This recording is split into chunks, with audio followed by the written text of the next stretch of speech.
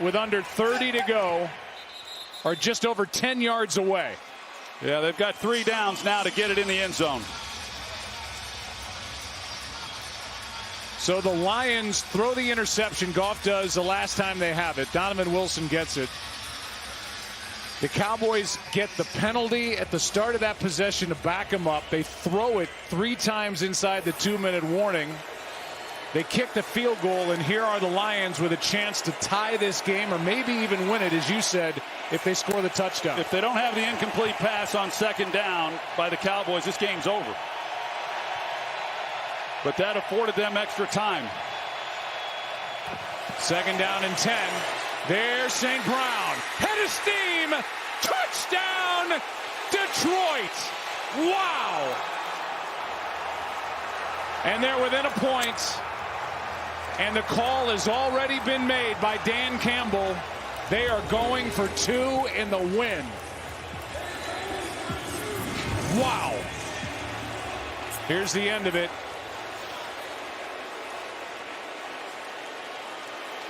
This play that they're about to run, they've known all week. And get into this situation, they need 2 points to win the game. This is the play, and it's not always the same play from one week to the next. 2-point try to go ahead. 3 for 5 on tries, and a timeout is taken by McCarthy along the sideline. And you nailed it. This is Dan Campbell. Charles timeout. Dallas at second. The defense for Dallas played soft, soft, soft. Jared Goff just ate it up. Parsons wasn't a factor.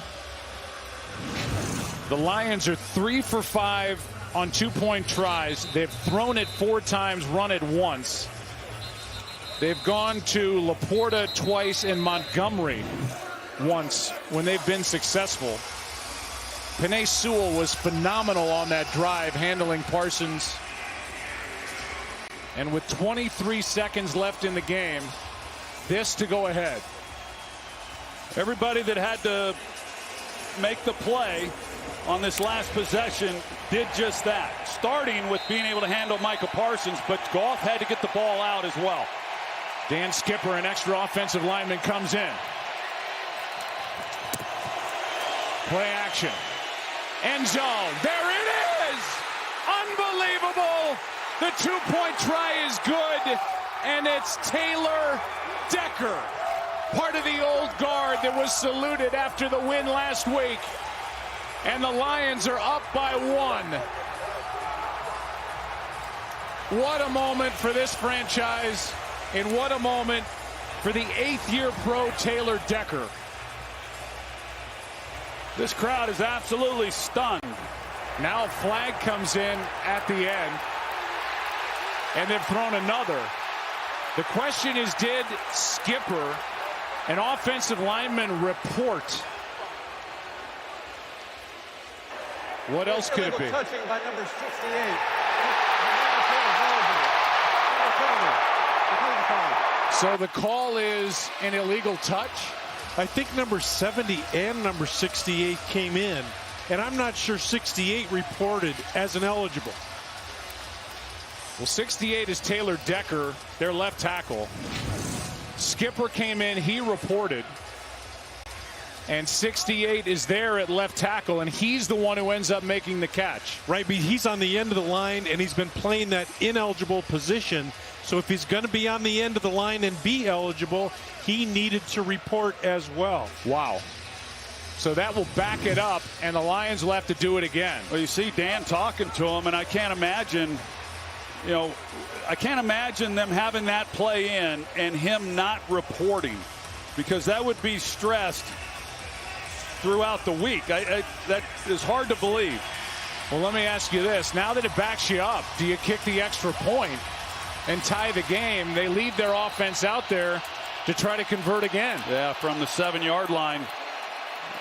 This is aggressive.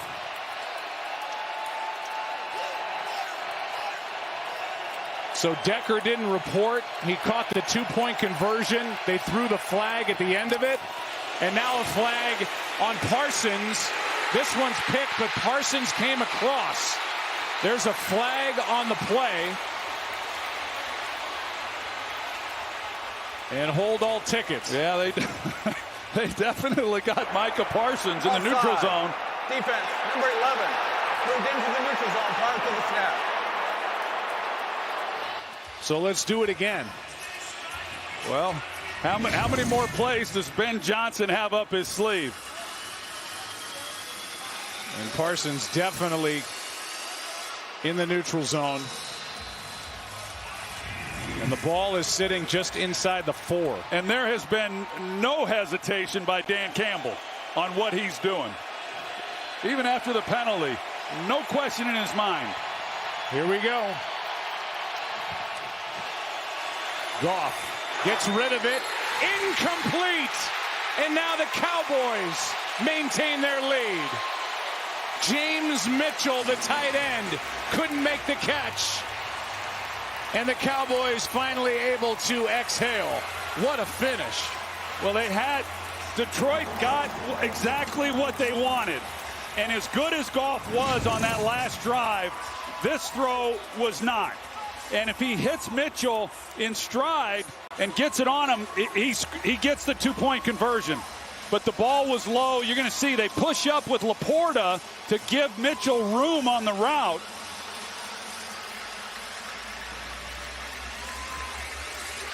Here again is that first try that was successful, but Taylor Decker, 68, did not report.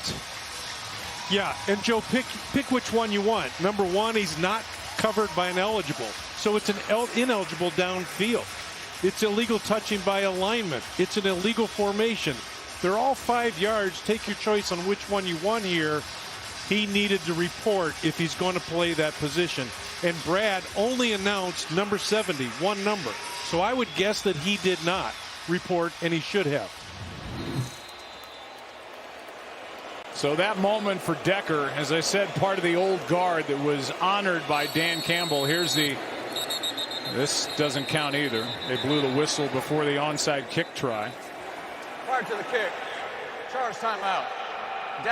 Dallas uses their last timeout. Decker was a part of that salute at the end of the game after the win over the Vikings in the old guard and the turnaround. And you know, you had the moment of ecstasy for the Detroit Lions here that's erased by the penalty. It doesn't take away from what the Lions have accomplished and what they hope to accomplish going forward, but barring a recovery on this onside kick try, these two teams will leave here 11-5. And that NFC Eastern Division crown is still alive for the Dallas Cowboys, while the Lions are guaranteed no worse than a number 3 seed. What a game. Onside kick try is handled by the person that it should have been handled by. Of course. Because this night belongs to CeeDee Lamb. Jimmy Johnson at halftime, but CeeDee Lamb the rest of the night. Yeah, what a wild finish. Here it is again to go back to this play to give you every look we can. Skipper comes in. He goes to Brad Allen and reports. The left tackle, Taylor Decker, did not.